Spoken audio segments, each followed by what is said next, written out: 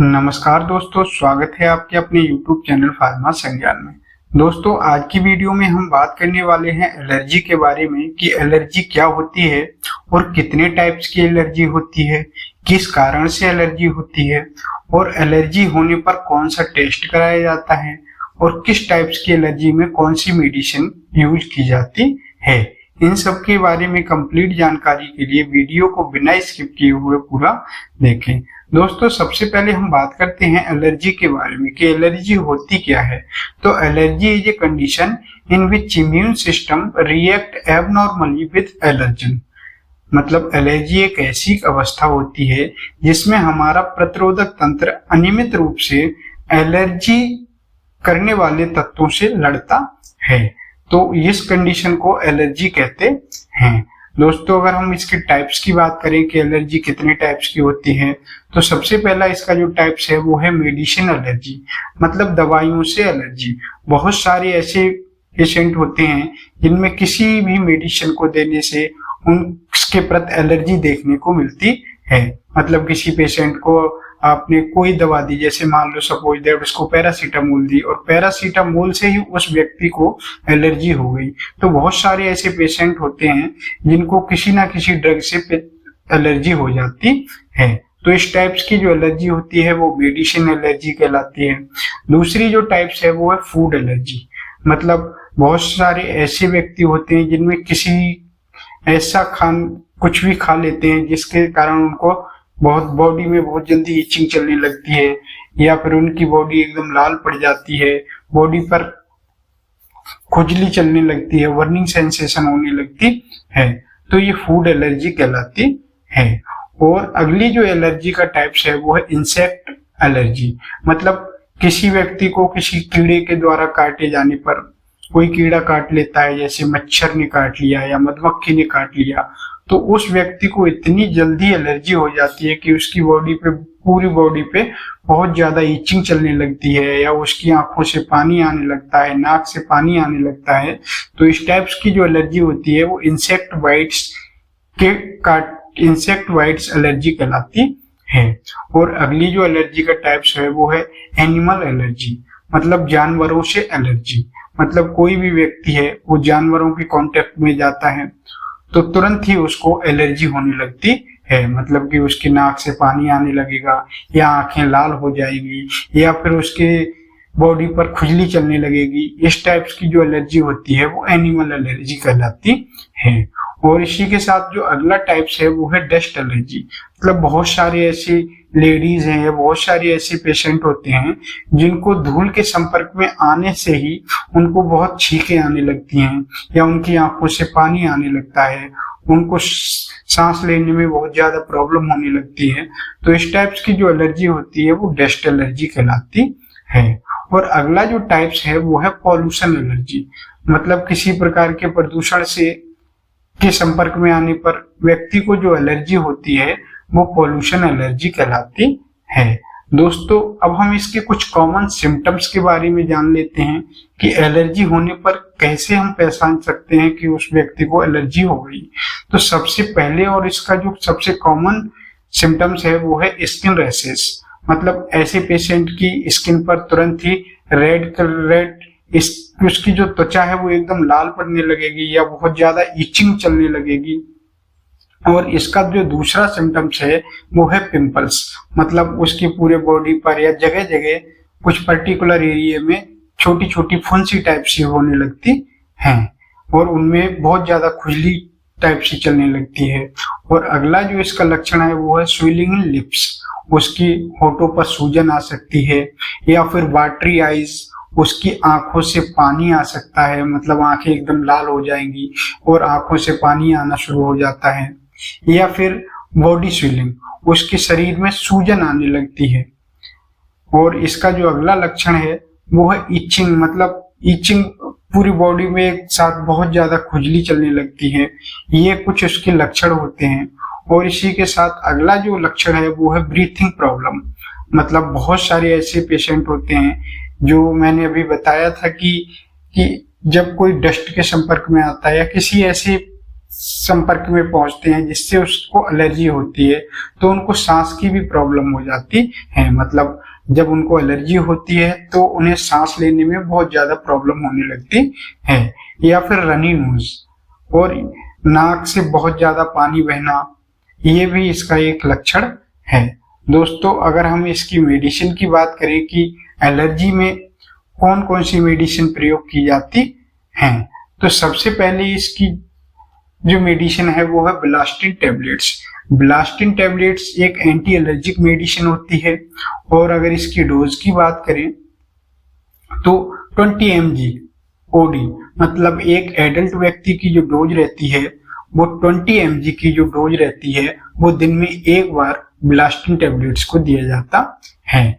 और अगर इसकी यूज की बात करें तो इचिंग, मतलब बॉडी पर बहुत ज्यादा खुजली हो रही है, या फिर स्नीजिंग, व्यक्ति को बहुत ज्यादा छींकें आ रही हैं, या फिर उसकी बॉडी पर रैसेस हो गए हैं, पूरी बॉडी पर बहुत ज्यादा रैसेस, रेड रेड रैसेस हो गए हैं, तो उस दौरान, या फिर रनी नोज, उसकी नाक से बहुत ज्यादा पानी बह रहा है, तो उस दौरान ब्लास्टिन टेबलेट्स का प्रयोग किया जाता है। और अगली जो टेबलेट्स हैं वो है एलेग्रा टेबलेट्स। एलेग्रा टेबलेट्स जिसमें फेक्सोफेनाडाइन पाया जाता है। फेक्सोफेनाडाइन हाइड्रोक्लोराइड भी एक एंटी एलर्जिक ड्रग होता है। दोस्तों, अगर इसकी यूज की बात करें तो ईचिंग, मतलब बहुत ज्यादा बॉडी पर खुजली चलने पर, या स्नीजिंग, व्यक्ति को बहुत ज्यादा छींकें आ रही हैं, तो उस दौरान इस टेबलेट्स का यूज किया जाता है। या फिर बॉडी रेडनेस, मतलब उसकी पूरी बॉडी पर रेड कलर के या पूरी बॉडी पर उसके रैशेस हो गए हैं, तो उस दौरान भी इस टेबलेट्स का प्रयोग किया जाता है। दोस्तों, अगर इसकी डोज की बात करें तो एक एडल्ट व्यक्ति की जो डोज रहती है वो 120 mg दिन में एक बार ये पेशेंट को दी जाती है। दोस्तों, ये जो डोज है वो सभी डोज एक एडल्ट व्यक्ति की डोज है। और इसी के साथ हमारी जो अगली टेबलेट्स है वो है लीवोसिट्राजिन टेबलेट्स। लीवोसिट्राजिन ये भी एक एंटी एलर्जिक ड्रग होता है। दोस्तों, अगर इसकी यूज की बात करें तो रनी नोज में किसी व्यक्ति की नाक से बहुत ज्यादा पानी बह रहा है, या फिर उसकी स्नीजिंग, बहुत ज्यादा उसको छींकें आ रही हैं, बार बार उसको छींकें आ रही है और नाक से भी बहुत ज्यादा पानी बह रहा है, या फिर बॉडी रेडनेस, उसकी बॉडी पर बहुत ज्यादा रेडनेस हो गई है, बहुत ज्यादा इचिंग हो रही है, जिससे जलन भी हो रही है, तो उस दौरान लीवोसिट्राजिन टेबलेट्स का भी यूज किया जाता है। अगर इसकी डोज की बात करें तो 5 mg की जो टेबलेट्स होती है ये दिन में पेशेंट को एक बार दी जाती है। दोस्तों, इसी के साथ हमारी जो अगली टेबलेट्स है वो है सेट्राजिन टेबलेट्स। सेट्राजिन टेबलेट्स, अगर इसकी यूज की बात करें तो इसका भी यूज ईचिंग, मतलब अगर किसी पेशेंट को बहुत ज्यादा बॉडी पर ईचिंग हो रही है, खुजली हो रही है, या फिर वाटरी आइज, उसकी आंखों से बहुत ज्यादा पानी बह रहा है, या फिर रनी नोज, नाक से बहुत ज्यादा पानी बह रहा है, या फिर आंखें लाल हो गई हैं, तो उस दौरान इस टेबलेट्स का प्रयोग किया जाता है। दोस्तों, अगर इसकी डोज की बात करें तो 10 mg की जो टेबलेट्स होती है उस टेबलेट्स को दिन में एक बार ये टेबलेट्स दी जाती है। अगर 5 mg की टेबलेट्स है तो दिन में 2 बार, मतलब 5 mg सुबह और 5 mg शाम को ऐसे पेशेंट को दे सकते हैं। दोस्तों, इसी के साथ अगली जो टेबलेट्स है वो है लोराटिडिन टेबलेट्स। लोराटिडिन टेबलेट्स भी एक एंटी एलर्जिक मेडिसिन होती है।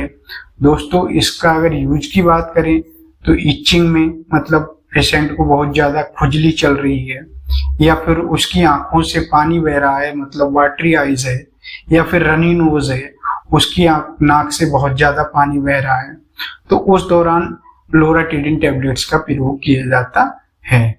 दोस्तों, अगर इसकी डोज की बात करें तो 10 mg की जो टेबलेट्स है वो दिन में एक बार ये टेबलेट्स दी जाती है। दोस्तों, और हमारी जो अगली टेबलेट्स है वो है CPM टेबलेट्स। CPM टेबलेट्स जिसमें क्लोरफेनामाइन मैलेट पाया जाता है। दोस्तों, इसके अगर यूज की बात करें तो इचिंग, मतलब किसी व्यक्ति को बहुत ज्यादा खुजली हो रही है तो उस दौरान इसका प्रयोग किया जाता है, या फिर वाटरी आइज, आंखों से पानी आना, रनी नोज, नाक से बहुत ज्यादा पानी आ रहा है, या फिर कॉमन कोल्ड, किसी को सर्दी हो जाती है तो उस दौरान भी CPM टेबलेट्स मतलब क्लोरफेनोमाइन मैलेट टेबलेट्स का प्रयोग किया जाता है। अगर इसकी डोज की बात करें तो 2 mg की जो टेबलेट्स है वो BD मतलब दिन में 2 बार 2 mg सुबह और 2 mg शाम को पेशेंट को दी जाती है, या फिर 4 mg की जो टेबलेट्स है वो दिन में 1 बार पेशेंट को दे सकते हैं। दोस्तों इसी के साथ हमारी जो अगली टेबलेट्स है वो है मोंटेलुकास्ट, जिसको मोंटेकैल्सी के नाम से जानते हैं। दोस्तों जिसमें मोंटेलुकास्ट सोडियम और लीवोसिट्राजिन पाया जाता है। ये दोनों ही एंटी एलर्जिक मेडिसिन है, मतलब जब किसी व्यक्ति को आप सिट्राजिन दे दी, लीवोसिट्राजिन दे दी, तब भी उसकी जो एलर्जी है वो ठीक नहीं हो रही है, और उसको फेक्सोफेनाडाइन दे दिया फिर भी ठीक नहीं हो रही है, तो उसको डबल कॉम्बिनेशन की ड्रग जो मेडिसिन होती है वो दी जाती है, जैसे मोंटेकैल्सी जिसमें मोंटेलुकास्ट और लीवोसिट्राजिन पाया जाता है। अगर इसकी यूज की बात करें तो ईचिंग, खुजली चलना, स्नीजिंग, व्यक्ति को बहुत ज्यादा छींके आ रही है, छींके बंद ही नहीं हो रही है और नाक से बहुत ज्यादा पानी बह रहा है, या फिर बॉडी रेशेस, उसकी बॉडी पर बहुत ज्यादा रेशेस हो गए हैं और बहुत ज्यादा बर्निंग सेंसेशन भी हो रही है, खुजली भी चल रही है, तो उस दौरान इस टेबलेट्स का प्रयोग किया जाता है।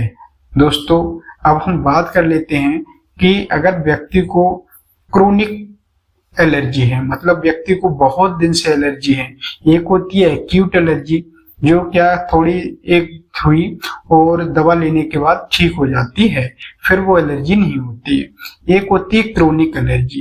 क्रोनिक एलर्जी क्या होती है, व्यक्ति को दवा ली फिर ठीक हो गई, फिर दवा ली फिर ठीक हो गई, तो मतलब जो क्रोनिक एलर्जी होती है वो काफी लंबे समय तक चलती रहती है।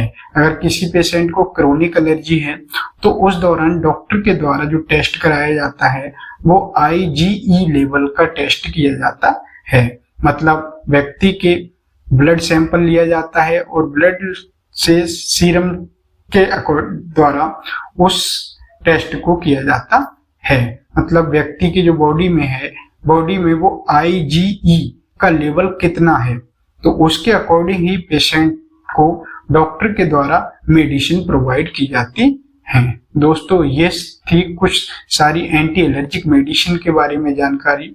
अगर जानकारी अच्छी लगी हो तो अपने YouTube चैनल फार्मा संज्ञान को सब्सक्राइब करें और बेल आइकन को प्रेस करें। मिलते हैं अगले वीडियो में।